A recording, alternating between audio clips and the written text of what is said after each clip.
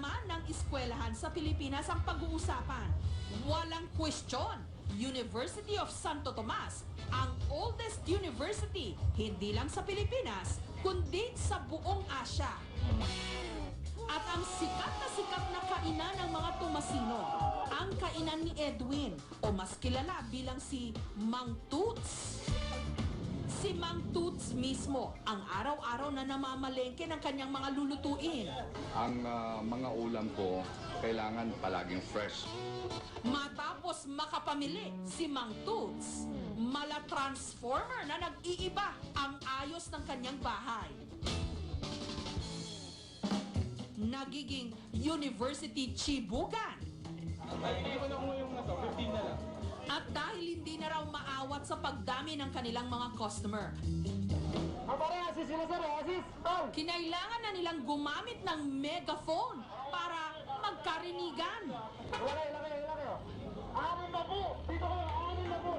Mga stewardess, thank you! Thank you! Kasi nagugustuhan din nila yung pagkain ko. At saka yung pagkain ko, as a chef, para bang ang dating nila is pang hotel yung luto ko. Pero ginagawa ko lang na localized. Sa halagang 35 pesos, maaari nang matikman ang mga specialty ni Mang Toots katulad ng liempo, sisig at breaded chicken. Yung sisig nila, masarap talaga. As in, kahit ano yung may dakitan, espalya, walang kapalit yung sisig ni Mang Toots. Pero ang star recipe niya, isang klase ng turon, ang banana rama. I-slice natin itong saging.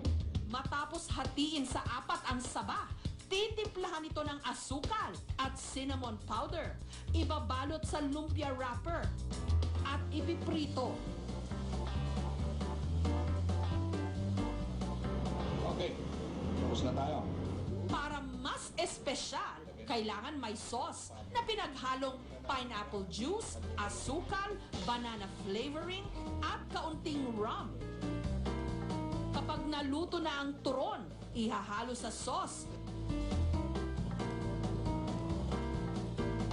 Bubudbura ng sesame seeds at special powder. 10 piso kada 3 piraso ang banana rama.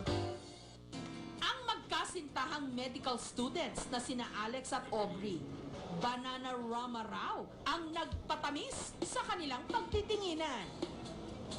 Para ito yung pinakaunang lugar na nag-date talaga kami, formally na lunch. Tapos yun yung araw na sinagot din niya ako that day.